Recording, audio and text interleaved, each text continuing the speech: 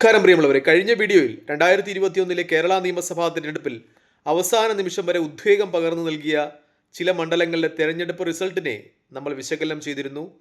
അവസാന നിമിഷം മാത്രം വിജയിച്ചു കയറിയ ചെറിയ വോട്ടുകൾക്ക് എതിരാളികൾക്ക് വലിയ അങ്കലാപ്പ് സൃഷ്ടിച്ചുകൊണ്ട് വിജയിച്ചു കയറിയ മണ്ഡലങ്ങളെ നമ്മൾ വിശകലനം ചെയ്തിരുന്നു. അതിലേറ്റവും പ്രധാനപ്പെട്ട മണ്ഡലം പെരിന്തൽമണ്ണയാണ്. വെറും 38 വോട്ടുകൾക്ക് മാത്രം നജീബ് കാന്തപുരം വിജയിച്ച പെരിന്തൽമണ്ണ മണ്ഡലം. ആ മണ്ഡലത്തിൽ 2026 എങ്ങനെയായിരിക്കും ഇലക്ഷൻ വിധിയെഴുത്തുണ്ടാകുക, തദ്ദേശ സ്വയംഭരണ തെരഞ്ഞെടുപ്പുകളുടെ അടിസ്ഥാനത്തിലും ഒപ്പം ആ മണ്ഡലത്തിലെ നിലവിലുള്ള MLA നജീബ് കാന്തപുരത്തിൻ്റെ ആ പ്രവർത്തനത്തിൻ്റെയും ഒക്കെ ഒരു മികവിൻ്റെയും അടിസ്ഥാനത്തിൽ നമ്മൾ വിശകലനം ചെയ്തിരുന്നു. അടുത്ത മണ്ഡലം എന്ന് പറയുന്നത് കുറ്റ്യാടിയാണ്. പെരിന്തൽമണ്ണയ്ക്ക് ശേഷം ഏറ്റവും കുറഞ്ഞ വോട്ടുകൾക്ക് വിജയിച്ച മണ്ഡലം അത് കുറ്റ്യാടിയാണ്. കഴിഞ്ഞ നിയമസഭാ നിയോജക മണ്ഡലത്തിൽ വെറും 338 വോട്ടുകൾക്കാണ് പാറക്കൽ അബ്ദുള്ള KP മുഹമ്മദ് കുട്ടിയോട് പരാജയപ്പെടുന്നത്. ആ മണ്ഡലത്തിൻ്റെ പ്രത്യേകത എന്ന് പറയുന്നത് പാറക്കൽ അബ്ദുള്ള നിലവിലുള്ള MLA ആയിരുന്നു. അദ്ദേഹത്തെ തോൽപ്പിച്ചാണ് KP മുഹമ്മദ് കുട്ടി വെറും 333 വോട്ടുകൾക്ക് വിജയിക്കുന്നത്. ആ നിയമസഭാ തെരഞ്ഞെടുപ്പിൽ പാറക്കൽ അബ്ദുള്ളയെ സംബന്ധിച്ച് പരാജയത്തിന് കാരണമായി വിലയിരുത്തപ്പെടുന്ന ഒരു കാര്യം, അദ്ദേഹത്തിൻ്റെ സഹോദരൻ ആ ഇലക്ഷൻ്റെ സമയത്ത് മരണപ്പെടുന്ന ഒരു സാഹചര്യമുണ്ടായി. അതുകൊണ്ട് തന്നെ അദ്ദേഹത്തിന് പ്രചരണ രംഗത്ത് നിന്ന് കുറച്ച് ദിവസം മാറി നിൽക്കേണ്ടി വന്നു. മാത്രമല്ല, വളരെ വലിയ കൂട്ടുകുടുംബമാണ്. അതുകൊണ്ട് തന്നെ കുറച്ചധികം പേർക്ക് ഇലക്ഷനിൽ വോട്ട് ഇടാൻ പറ്റിയില്ല, മരണാനന്തര ചടങ്ങുകളൊക്കെ ഉള്ളതുകൊണ്ട്. അതുകൊണ്ട് തന്നെ അദ്ദേഹത്തിൻ്റെ ഒരു പരാജയ കാരണം അദ്ദേഹത്തിൻ്റെ കുടുംബത്തിന് ആ ദിവസങ്ങളിലുണ്ടായ ആ ദുരന്തവും ഒരു കാരണമായി വിശകലനം ചെയ്യപ്പെടുന്നുണ്ട് എന്നത് യാഥാർത്ഥ്യമാണ്. മറ്റൊരു കാര്യം,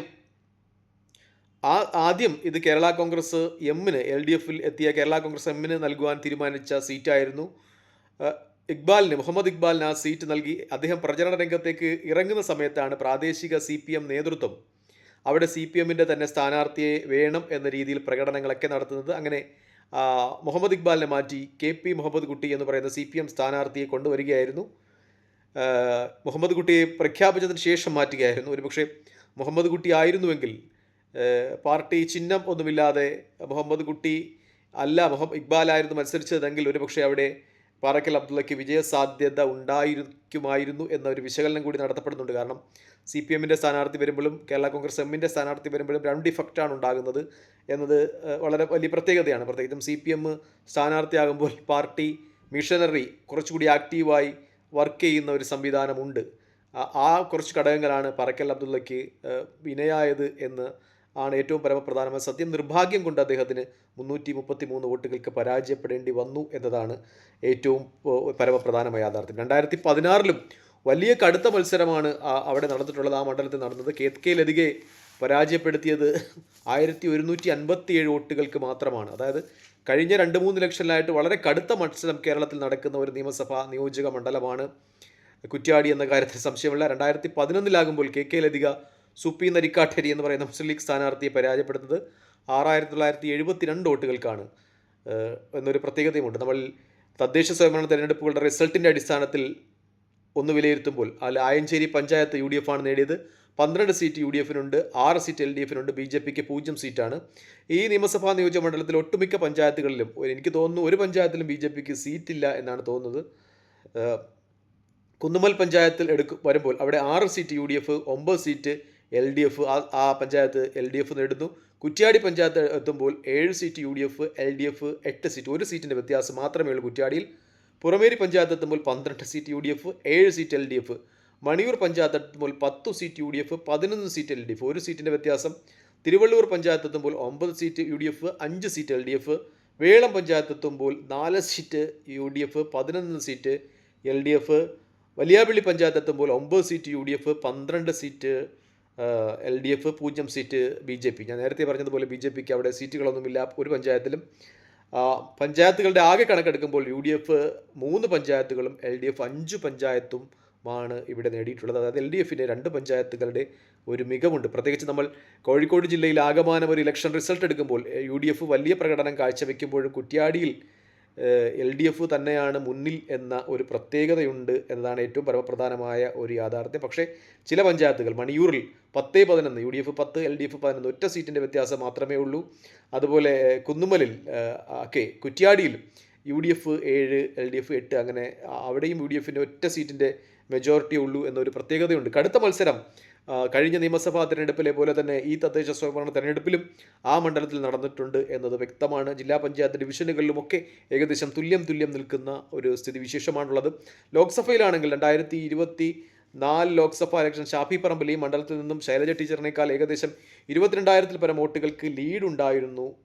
അതുമായി നമ്മൾ കമ്പയർ ചെയ്യുമ്പോൾ യു ഡി എഫിന് ഇപ്പോഴും ആ മണ്ഡലത്തിൽ തദ്ദേശ സ്വയംഭരണ സ്ഥാപനങ്ങളുടെ അടിസ്ഥാനത്തിൽ വോട്ടുകളുടെ അടിസ്ഥാനത്തിൽ ലീഡുണ്ടെങ്കിലും ആ വലിയ ലീഡ് നിലനിർത്തുവാൻ കഴിഞ്ഞില്ല എന്ന ഒരു സ്ഥിതിവിശേഷമുണ്ട്. 22,000-ൽ പരം വോട്ടുകളുടെ ലീഡ് നിലനിർത്തുവാൻ കഴിഞ്ഞില്ല. എങ്കിലും യു ഡി എഫിന് അവിടെ സാധ്യതകളുണ്ട്. പാറക്കൽ അബ്ദുള്ള എന്ന് പറയുന്ന ഒരു ഫാക്ടർ അവിടെ ഉണ്ട്. അദ്ദേഹം കൂടുതൽ ജനകീയനാണ്. അദ്ദേഹം മണ്ഡലത്തിൽ നിറഞ്ഞു നിൽക്കുന്നതാണ്. അതുപോലെ നിലവിലുള്ള MLAയും ജനകീയനാണ്. അദ്ദേഹത്തിൻ്റെ പ്രവർത്തനങ്ങളും അവിടെ ജനങ്ങൾക്ക് ഇഷ്ടപ്പെടുന്ന രീതിയിലാണ് എന്നൊരു പ്രത്യേകതയുണ്ട്.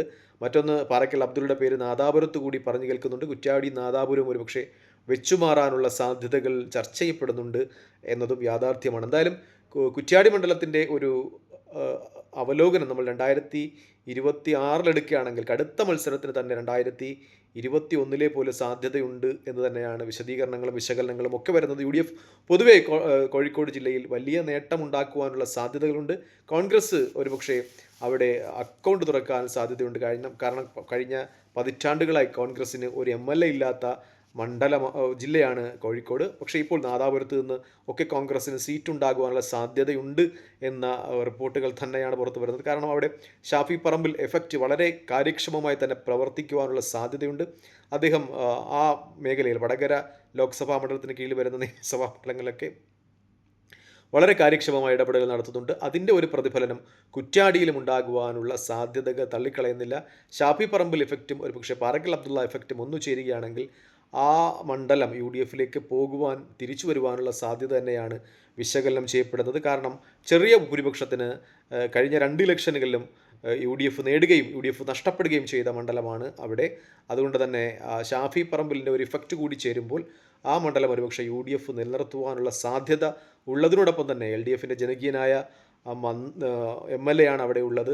മാത്രമല്ല കേരള കോൺഗ്രസ് എമ്മിന് അത് മലയോര മേഖല എന്ന രീതിയിൽ ചില പോക്കറ്റുകളിലൊക്കെ വ്യക്തമായ സ്വാധീനമുണ്ട്.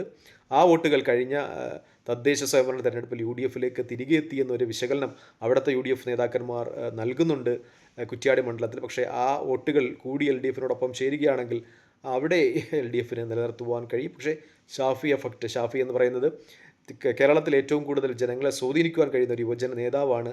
പ്രത്യേകിച്ച് ജൻസിയിലൊക്കെ വളരെ സ്വാധീനിക്കാൻ ശ്രമിക്കുന്ന നേതാവാണ്. അദ്ദേഹത്തിൻ്റെ ഒരു പ്രസൻസും ഒപ്പം പാറക്കൽ അബ്ദുള്ളയുടെ ഒരു ജനകീയതയും ചേർന്നാൽ അത് UDF അനുകൂലമാകും. അങ്ങനെ 2 ചേരികളിലും സാധ്യതകൾ ഉള്ള ഒരു മണ്ഡലം തന്നെയാണ് കുറ്റ്യാടി. അടുത്ത തിരഞ്ഞെടുപ്പിലും അതായത് 2026 കേരളത്തിലെ ഏറ്റവും കടുത്ത മത്സരം നടക്കുവാൻ പോകുന്ന മണ്ഡലങ്ങളിൽ ഒന്ന് കുറ്റ്യാടിയായിരിക്കും എന്ന കാര്യത്തിൽ സംശയമില്ല.